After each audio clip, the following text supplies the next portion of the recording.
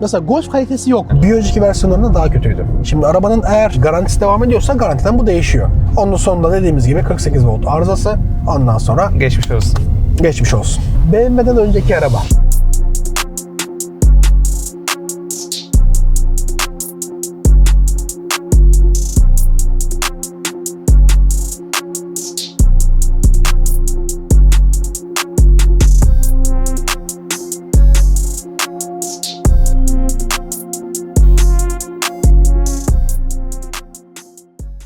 Arkadaşlar merhaba, Drive Masters'a hepiniz hoş geldiniz. Bugün konumuz 4. kasası var. Seat Leon 1.0 ekonomik versiyon ETSI. ETSI stil paketimiz. Tuna'yı zaten tanıyoruz Volvo videosundan. Sağ olsun dedi ki abi de günlük kullandığımız arabayı da çeker misin? Tamam dedik, çekeriz bakalım artıları eksileri nelermiş. Öncelikle oradan başlayalım. Bir önceki kasaya göre abicim hızlı bir kıyaslama yapalım. Neler değişti? Ya bir önceki nesle göre ağırlığımız mesela 110 kilo artmış. 1150 kiloydu MK3'ler. Biliyor musun bilmiyorum, hatırlıyor musun? Biliyorum. Bunlarda mesela 1260 kiloya kadar çıktık. Uzunluğumuz 80 mm arttı. 4368 mm'deyiz. Genişliğimiz de az bir şey düştü. 17 mm'ye kadar çok da böyle etkileyecek bir durum değil. Asıl olayımız ne abicim? Motorda değişti. Bir önceki versiyonlar 1.0 TSI motorlardı. Artık Eco TSI yani mild hibrit teknolojisiyle biraz yakıt tasarrufu diyelim. Normal hibrit arabalar gibi değil, biraz yakıt tasarrufuna yönelen bir motorumuz var. Öncelikle oradan başlayalım isterseniz. Bir önceki versiyona göre asıl farkımız dediğimiz gibi ATSI olması arabanın. 110 beygir, 200 Nm torku var, 999 cc ama ön tarafta bir alternatörümüz var. O da 48 voltluk bir bataryamızı destekliyor. Normal gidişte değil de ayağını mesela gazdan çektiğin zaman arabanın gücünün stabil kalmasını sağlıyor. O da işte uzun vadede atıyorum normalde bu motorlar 7 litre civarı yakarken işte 1 litre 1,5 litre aşağı çekiyor. Aynı şekilde de karbon emisyonunu düşürüyor. Yani biraz hem çevreci hem de hafif bir yakıt tasarrufu, güzel bir karışım diyebiliriz. İlk etapta karşıma çarpan FR versiyonlarında mesela ses yalıtımı var. Bunda maalesef yok. Stil ekonomi paket çünkü hani Eco TSI gerçek anlamda Eco TSI yani. Bir şeylerden maalesef kısılmış. Yolda giderken biraz sesi içeri alıyor, motor sesini. Normalde biliyorsun bu motorlar fazla ses çıkarmaz ama hani yüksek devirlerde sen fark ettin mi mesela yolda? Ettim. Alıyor, Geliyor değil mi? Ya yüksek hızlara çıktığında zaten bağırıyor araba. O apayrı bir şey, dediğin gibi yani yüksek Ama devirlerde. Ama zevkli bir şey bir Ha, yerden. içeriye işte. şey olarak, haz olarak güzel. Yani haz olarak güzel. Ama şimdi hani sakin gitmek istediğin zaman biraz da devirli kullandığın zaman içeride biraz rahatsız ediyor. Bu biraz engelliyor. FR versiyonlarında mesela bunlardan var standart olarak. Ya sonradan ek olarak alınabilir aslında. Tabii sonradan takılabilir ama neden başta takmadığımız biraz bir soru işareti. Çünkü var. Kaputun altına baktığımız zaman her şey abicim nokta atışı yerli yerinde. Hani bildiğimiz artık TSI motorlarda kapak kullanmıyorlar yani. Şuraya mesela kapatsa var, benim daha çok hoşuma gidiyor. Yani böyle güzel, değil mi? çok hoş TSI duruyor. yazısı ya da Seat amblemi falan olsa güzel olurdu. Ama her şey elimizin altında zaten. Dediğim gibi bildiğimiz 1.0 TSI motorun üzerine hafif bir mild hibrit bir teknolojisi yerleştirildi. O da yakıt tasarrufu, karbon emisyonunu düşürüyor. Onun dışında sistemimiz aynı. 48 volt muhabbetine yolda gireceğim. Her şeyi bir anda söylemeyelim, değil mi? Yol videosunu izlesinler. O zaman şöyle yapalım. Tasarımdan devam edelim abicim. Kaputu kapatalım. Şimdi tasarımdan devam ettiğimiz zaman. Şimdi bu Volkswagen grubu ama yani bir Seat'lığını hala konuşturuyor yani. Bir sportifliği var. Aynen. Duruşu çok iyi. Bir kere önden ben bu şeyi çok severim. Yani köpek balığı formu vardır ya. Mesela Mercedes A-Var'da da olur. Seat'larda bunun devam etmesi mesela çok hoşuma gidiyor benim. Ön taraflarda Ecolet farlarımız var. Farlara göre biliyorsun değil mi, onun anlamı da şey ya. Adı da Ecolet diye geçiyor sistemde. Onu bilmiyorum. Şöyle normalde şurada sadece kısa bir led farımız var ya. F-Var'da biliyorsun komple birbirini tamamlıyor. Cupra'lardaki gibi. Aynen. Tasarımdan hızlıca devam edelim abicim. Arabayı iyi ki beyaz almışsın mesela. Şimdi Beyaz daha iyi çok göstereceğiz. Yani sportif çizgileri genelde koyu renkleri pek belli etmiyor. Belli olmuyor. Bunlarda daha iyi mesela, bak kaputtaki 2 tane çizgi var ya. Daha çok böyle nasıl diyeyim sana, artık Leon'dan çıkıp da eski versiyon Cupra var gibi değil mi? Hani böyle kaslı bir yapı sağlıyor. Ki yanlardaki çizgiler devam ediyor zaten şuralarda. Yanlarda da aynı şekilde abicim, hatta yanlara devam edelim. Aynı senin dediğin gibi bak mesela farın arkasından başlayan dümdüz stopa kadar çok güzel bir büyüyor. çizgisi var arabanın ve dediğin gibi büyüyor. Hani şurada bitiyor mesela bak. Jantlar çok güzel tasarım ya. Bir de araba uzun bir araba. değil mi? Aynen, uzun bir araba. Yani bu tarz arabalara göre çok uzun.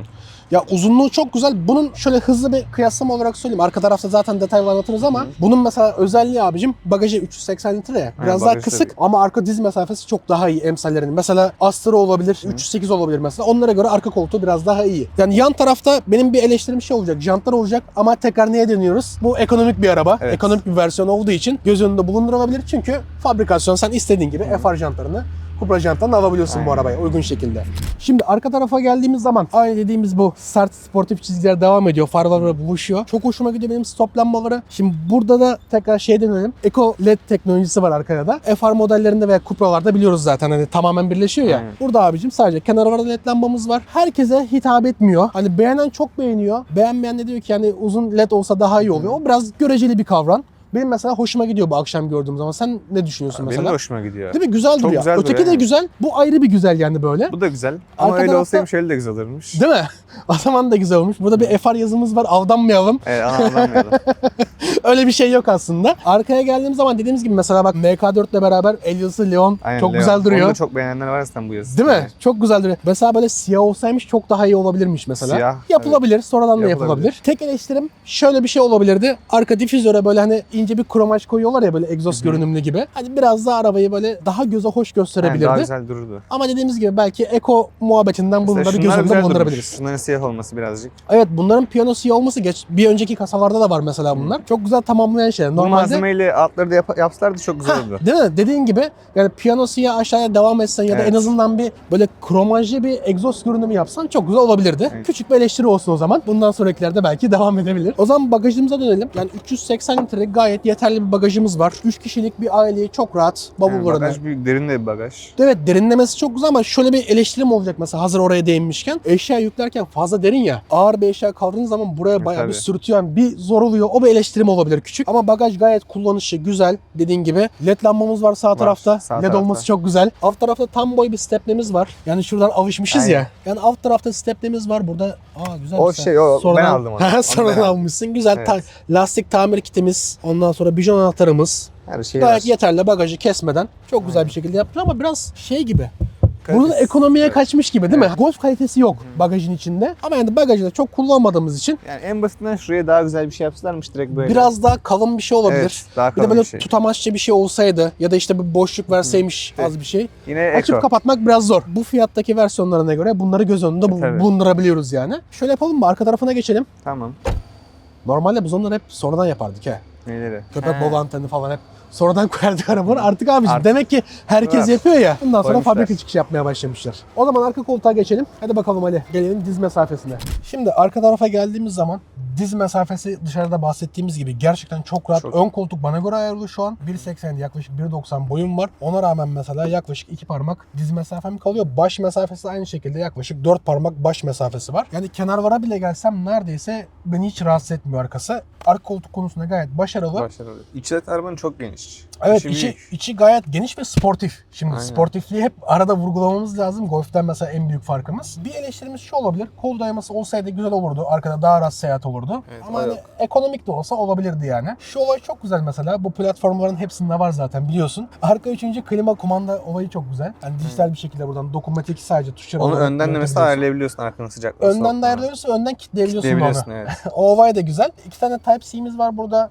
Herhangi bir şekilde bir bardaklığımız vesaire yok. Yok. Yani uzun yolda rahat ama çok konforlu gidemeyiz yani böyle bardak koyacak, kol koyacak Yani. yerimiz falan yok. Kapılara geldiğim zaman kapılar neredeyse tamamı sert plastikten. Sadece böyle kolumuzu koyduğumuz yer böyle güzel bir deri bir kaplaması Orası var. Onun dışında her yer sert plastik ama çok da dokunmadığımız için fazla da rahatsız etmiyor yani. Kapı tutamaçları biraz bana şey gibi geldi böyle hani Sert mi? sertlikten ziyade böyle hani çok kaliteli bir malzeme değilmiş gibi. Yani böyle sert tutarsan böyle tabii. sıkıntı çıkaracakmış gibi. Aynen. Uzun vadede trim sesi çıkaracakmış gibi geliyor bana. Onun dışında arkası gayet güzel, rahat, başarılı yani hani konforlu. Sadece şeyler biraz değişime gitti. Kumaşların bu şekli falan hani özellikle çekersin. Hani rengi, geçişi falan biraz böyle değişik geldi bana. Ama Hani hoş. Güzel yani. bas paket olarak konuştuğumuz zaman böyle şeyler yapması da güzel bir şey yani. Şimdi iç tarafa geçtiğimiz zaman zaten Seat'imizin sportifliği karşılıyor gerçek anlamda. Koltukları çok rahat, çok yumuşak rahat. süngerli. Arkaya göre biraz daha rahat zaten. Yani ön daha koltuklar. yumuşak.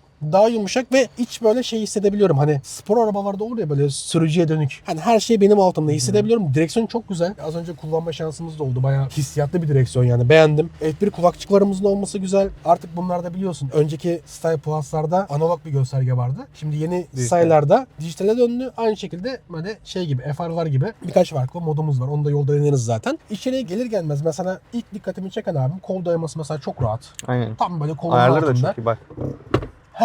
Asıl ona değinecektim. Alçaklık, yükseklik olması Evet. çok güzel. Çoğu emsal arabalarda yok mesela bu. Hani diğer markalar için konuşuyorum. Çoğunda yok böyle. Sadece ileri geri oluyor ya. Hı. Çok rahat, çok Çok kullanışlı. güzel. Burada 2 tane bardaklık kısmı var. Biri böyle daha derin, biri daha Aynen. küçük bardaklar için. Güzel, ikisine düşünmesi çok güzel bir şey. Burası biraz ufak ama kullanış yani İş böyle görür. ruhsat falan koymalık ya da Aynen. işte gözlük koymalık diyebiliriz yani.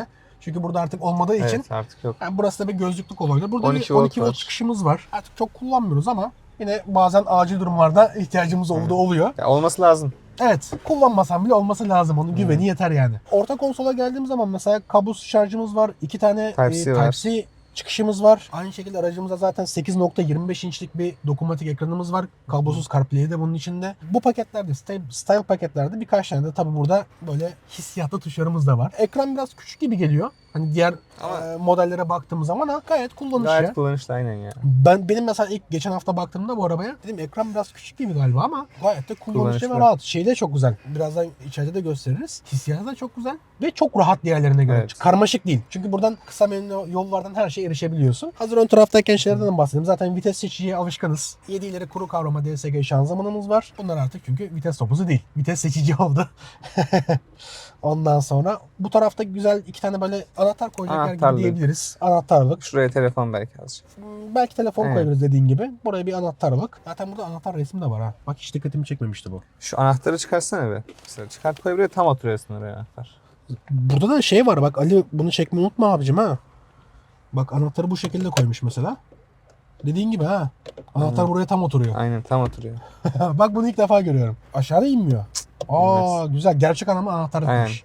Torpidoyu mesela sana söyledim ya, o olay da çok güzel. Çift kademeli bir torpidomuz var. Alt taraf normal bildiğimiz gibi bayağı kullanışlı. Güzel Büyük. ama Yani. üst taraftaki olay çok hoşuma gitti benim. Evet. Böyle Oraya arabanın da- mesela şeyleri olur ya. Kitapçığı falan Aynen, olur ya. zaten kitapçık oluyor genelde Değil mi? burada. Kitapçığı koymak için güzel bir alan yapmış. Onu çıkarıp da böyle mesela uzun yolda bir şey ekstra koyabileceğim bir şey dökülmesin diye ya da altta Aynen. kalmasın diye. Bayağı güzel kullanışlı soğutmalı bir torpidomuz var. Ondan sonra baktığımızda bak öndeki tuttuğun yer daha kaliteli, farkında Aynen, mısın? daha bir sert bir şey. Değil mi? Yani buradan da güç olabilirsin de arkadaki sanki zamanla böyle dediğim gibi aşınabilir. O da trim Ki- sesi yapar. Şu deri de tam kolunun üstüne oturuyor ya, o da çok güzel. Evet mesela. o da güzel. Ha şeyi de söylemedik. Mesela arka tarafta bu yanlar plastikti. Burada mesela Burada koltuğun kumaşından devam kumaş. etmişler. O da güzel. Hem sportif bir görüntü sağlamış hem de bir güzel bir konfor olmuş. Şurada böyle plastik malzeme ama dümdüz plastikle geçmemiş. Böyle hafif bir şekil orta vermiş mesela. derece bir Tatlı. kalitede. Yani orta kalite dediğin gibi tatlı bir malzeme kullanmış. Ön taraflara geldiğim zaman zaten artık burada seyahatlığını belli etmeye başlıyor. Bayağı spor bir hava kanalları falan, hani gayet göze hoş gelen. Ne büyük ne küçük. Tam işlevsel, kullanışlı. Şunun kalitesi de bir değişik. Baksana bir. Evet. O da benim bir değişime gitti. Sünger değil. Burada baktığın zaman ya plastik kesinlikle Plastik değil. de- Süngerimsi böyle hani sanki deri İkisinin kaplı bir ortası. sünger gibi ama Aynen. çok enteresan bir malzeme ama gayet güzel. Görünüşü de çok güzel. Zaten burada da onun desenini devam ettirmiş. Sert plastikte. Evet. Özellikle işte dediğimiz gibi içinin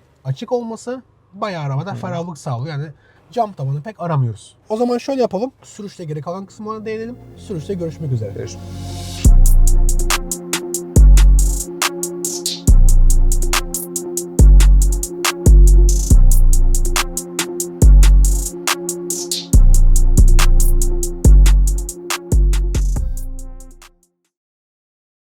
Evet. Anladım.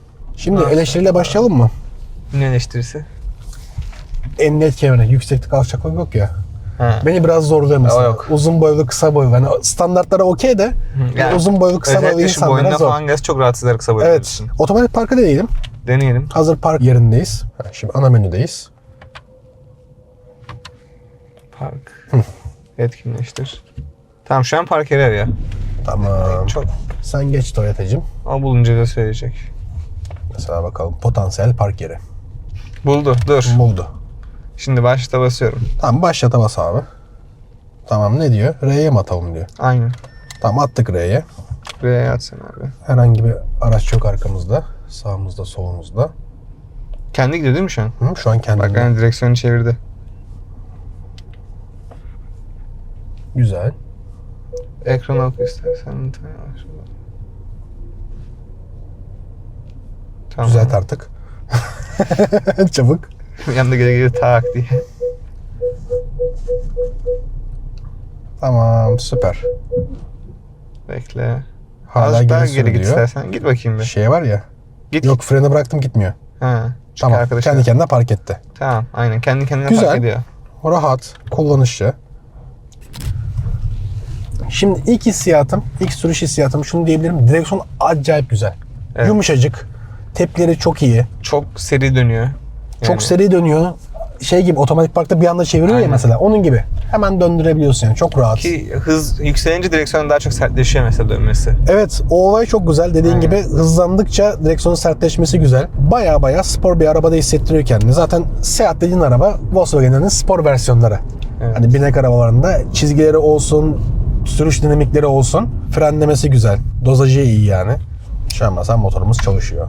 Bir de en güzel yanı CarPlay'in kablosuz olması Evet, mesela. kablosuz. Volvo'da bunu Volvo'da söylemiştik. Kablo kablolu. olması O üzdü. biraz üzüyor, evet. Ama çok işe yarıyor CarPlay ya. Kablosuz olması özellikle. CarPlay'e artık öyle bir alıştık ki hayatımızın Evet, olmazsa olmazı yani. Evet. Her şeyine anında erişebiliyorsun yani güvenli bir şekilde erişebiliyorsun. Bunun Şimdi bir sürü çıkarıp uygulama var bakmaktansa, içinde.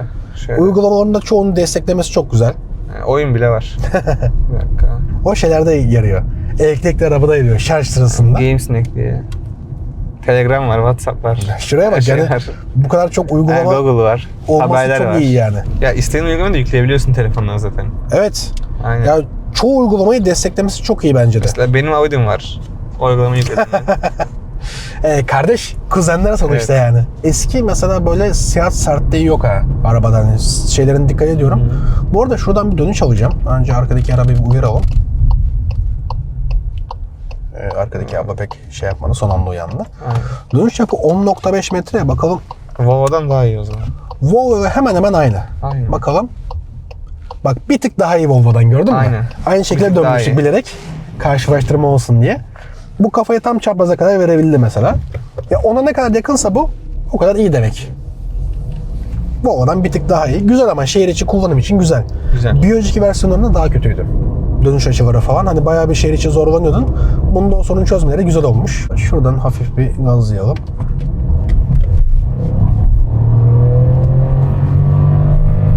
Ses nasıl? Çok rahat. Üst silindir sesi ya. Ya ses benim hoşuma gidiyor bu ses mesela. Tabii üst Ama silindir rahatsız arabaları olan da ben de severim ama olur. şeyde dış kısmında anlatmak istediğim de işte izolasyon olsa biraz daha az geliyor içeri ses. 1.2 TSI Golf videosunda da bundan bahsetmiştim. Düşük hacim insanları bir korkutuyor. Hani çeker mi çekmez mi şey vardı ya, araba- bizim milletimizin bir algısı vardı. Araba Bende de gitmiyor aynısı diyorlar. vardı bu arada. Araba gitmedi. Dediğin gibi ama kullandıktan sonra bunun gayet yeterli olduğunu anlayabiliyorsun. Ya şöyle 1.5 ile arasında mesela en çok böyle atıyorum yüksek hızdaki sollamalarda, bir de ani son kalkışlarda. hızlarda dediğin gibi ani hızlanmalarda işte bir de son hızda hissedebiliyorsun. Hani Onlar da fark gösterir. normal şartlarda 1.5'in mesela 3'te 2'si kadar motor değil mi? O kadar güç beklersin. Öyle bir şey yok abi. Sen zaten bunu yaklaşık 10.000 kilometre deneyimledin yani. Evet. Sen buna Uzun bayağı yol hakimsin. Şurada mesela hızlı bir kalkış yapalım. Sport hızlı alayım. Zaten S moduna geçtik. Devir yükselmeye başladı. Yol biraz şeymiş de ondan az aşağıda PSV'de yapacağım. yapayım mı O menünün ayarlanması da güzel. Aynen. Yani ben PSV'de eskiden açıkta olmasını seviyordum ama menünün ayarlanması da Menü de bayağı kolay. güzel. Şöyle bir hızlanma yapalım. Bir anda mesela gaza yüklenelim. Kaçta gidiyoruz? Yaklaşık 40 ile gidiyoruz. Önümüzde bir engel Yok. teşkil edecek bir şey yok. Kökledik mesela. Aynen. Gene gidiyor. Evet. Gayet yeterli. Frenler çok iyi. Baksana dozajımız.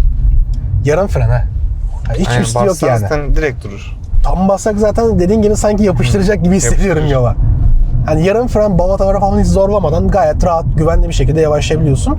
Bu arada Euro NCAP'ten de 5 yıldız aldı 5 bu yıldız araba yani. çok iyi bir Tam şey. puan aldı. D'ye alalım. Artık sporla pek işimiz yok. Neyse, Çünkü- açalım. Eko bir arabadayız biz şu an. Evet. Her anlamda eko bir araba. Şimdi fiyat skalası çok güzel. Yani 1.700.000 lira bandında bu arabaya sahip olmak çok güzel bir şey yani sıfırına. Aynı şekilde motoru çok ekonomik. Yani yaklaşık fabrika verilerini geçtim. Ben kullanım açısından söylüyorum. Kullanabilirsen 7 litrenin hafif bir altına inebiliyorsun. Bunlardan Ya, bilerek böyle hafif Uzun sert yolda da geçiyorum. çok az yakıyor bu arada. Uzun yolda dediğin gibi az yakıyor ama belli hızlarda. Şimdi düşük Tabii belli hacmin orada hızlarda. şeyi var. Hani 120 Ama- ve üzerine çıktığın zaman evet Yakar. 1.0 olduğunu hissetmeye başlıyorsun o zaman. Ama onun dışında böyle otoban hızlarında yaklaşık olarak seyrettiğimiz zaman uzun yolda 5 litreye kadar inebiliyorsun. Ama Aynen. dediğim gibi biraz daha dikkatli kullanımda. Yakıt Şehir içi, cimrisi yani o. evet, şehir içi genel ortalaması böyle pek fazla bir şey dikkat etmezsen 8-8.5'larda Ben gezebiliyor. 7,5 benim. 7,5. Ben de en tapağını söylüyorum ki hani maksimum çıksın böyle diye.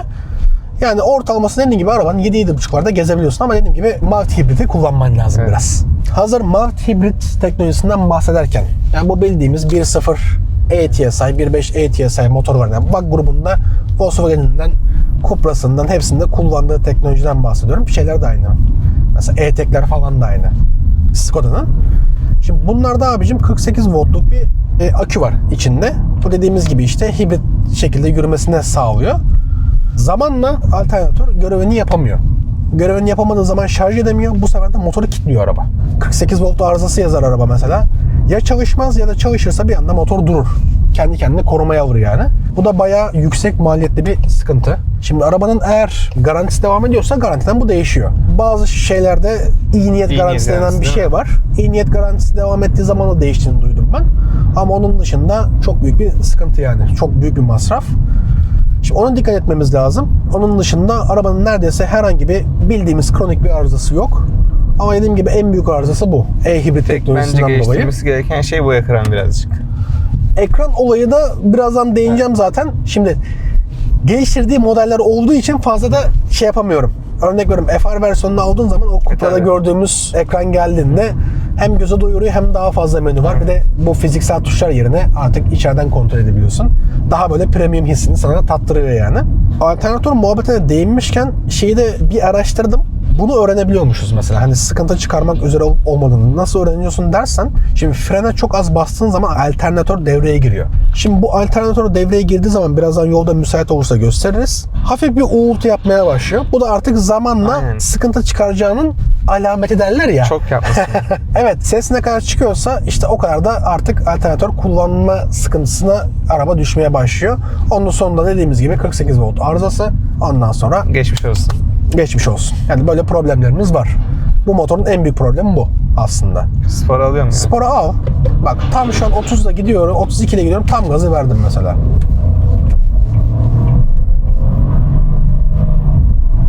Ve yokuş yukarı. Aynen. Direkt 80'e kadar geldik. Şurada yol bağlantısı ve tümsek var. Ya yokuş yukarı çıkarken de... Fardayız ya, hafif çapraz geçelim. Arka logo yapar. Evet, arkaları yapar. Yokuş yukarı çıkarken de çok iyi çıkıyor bu arada yokuş Evet yukarı. evet. Yokuş yukarı çıkarken de dediğin gibi çok güzel çıkıyor araba. Yani şey yapmıyor. Düşük hacimli olduğunu bize hissettirmiyor yani gerçek anlamda. Sadece dediğim gibi uzun yolda ani sollama yaparken bir de hani artık top speed denerken Hatta artık o 1.0 hacmi hissetmeye başlıyoruz. Golf kadar böyle konforlu ve rahat değil ama şöyle bir şey söyleyebilirim. Gerçek anlamda Seat Sportifi'ni bana hissettiriyor araba. Koltuğuna oturduğum zaman. İçerideki ekrandan bahsedelim. Mesela en başı ana menüye en geriye geliyor. Ondan sonra ikincisi medya düğmesi. Direkt telefonumuza, müziğimize erişebiliyoruz. Pardon, yanlış söyledim. Direkt müziğe erişim için güzel bir kısa yol koymuşlar buraya. Burada telefonun bağlantısına da oradan erişebiliyoruz. Sonra burası menünün içinde şey açıyor. Ne açıyor uygulamalar burası? işte. Hangi Uygulamaları direkt açıyor. Aynen. Bu sürüş verilerimiz, yakıt anlık, işte kaç kilometre yaptığımız ne kadar vesaire. yapmışız sürüş bilgilerinden. Ondan sonra araç durumu, işte ne 9 zamandır litre kullanıyor yapmışız vesaire. ama çok kalktık 0 Klima açık, 0-100 yaptık. Bir de bunun içine şey de dahil. Kullanmadan önceki Ali dış çekimini falan yapıyor Ben ya. yeniledim o zaman. Ha, yeniledin mi? Aynen, çıkarken Ha, şu anki gidişimiz dediğin gibi Şu an 0-100'den gene dolayı 9'lara yenileyebiliriz. çıkmışız mesela. Şu an artık denemeyelim. Gerçek şehir içi verilerini yakalamaya başlayalım yani. Direksiyonu kapat. Şurada frenlerken dediğim alternatör muhabbetini yapacağım şimdi. Şurada. Ses geliyor mu olayı var ya. Şu ticari biraz mesafe koysaydı iyiydi. Neyse. Bak şimdi. Hafif fren. Şu an balataları devreye sokmuyorum. Yok Bak şey. herhangi bir uğultu vesaire hiçbir şey yok, görüyor musun? Yok. Oradan Şimdi- cızırtı gelince korkacağız. Uğultu tarzı bir ses gelirse bizden gelen ses şu an balata sesi. O başka. Herhangi bir uğultu tarzı bir ses gelirse o zaman işte dediğin gibi Allah korusun Aynen. artık büyük bir problem bizi bekliyor. Yani bu şekilde test edebiliriz. Bunu söylemek istedim yani. Yani dediğim gibi çok rahat bir araba. Çok keyifli, konforlu, ekonomik. Yani ara ara böyle denediğimiz için biraz şey ama 0-100'ü pek istediğimiz Normalde gibi değil ama yani bu fiyatlarda alınabilecek bence en mantıklı araba bile diyebiliriz. Çünkü Volkswagen grubunun bu segmentteki en uygun arabası. Ya yeni Polo ne kadar oldu mesela? Bir ETS'e.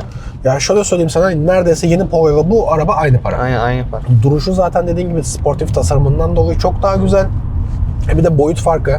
Şimdi B segmenti dediğimiz araba Polo. Bu araba otomatikman C segmenti. Daha rahat diz mesafesi, daha güzel, daha konforlu bir bagaj, daha fazla bir teknoloji. Yani ne olursa olsun bence kıyaslamada her türlü daha iyi yani. Yani bizim anlatacaklarımız Leon'dan bu kadar. Bizi izlediğiniz için çok teşekkür ederiz. Bu paravara dediğimiz gibi alınabilecek en mantıklı arabalardan kuşkusuz. Gerçek bir eko kendisi. Hem fiyatından eko, teknolojiden de ödün vermiyor. Aynen. Bence bu fiyatını hak eden arabalardan en iyilerinden biri yani. Euro İlk NCAP üçte yani. testlerinden 5 alması da çok iyi. Kesinlikle güvenlik açısından ön planda olması güzel. Sunduğu teknolojiler çok güzel. Gayet kullanışı, arabanın yani her şeyi. Bir kere ne olursa olsun Leon ya, spor araba. Yani Leon direkt Genç iste arabası yeter, değil iste mi? yeter. BMW'den önceki araba. Bir önceki araba. Her Buradan zaman öyledir bizim Fatih için. Karadeniz'e bir de selam söyleyelim Fatih abime. İAU Cars adına Evet. çok teşekkür ederiz. İyi ki varsın Fatih. Bugün gelmedin.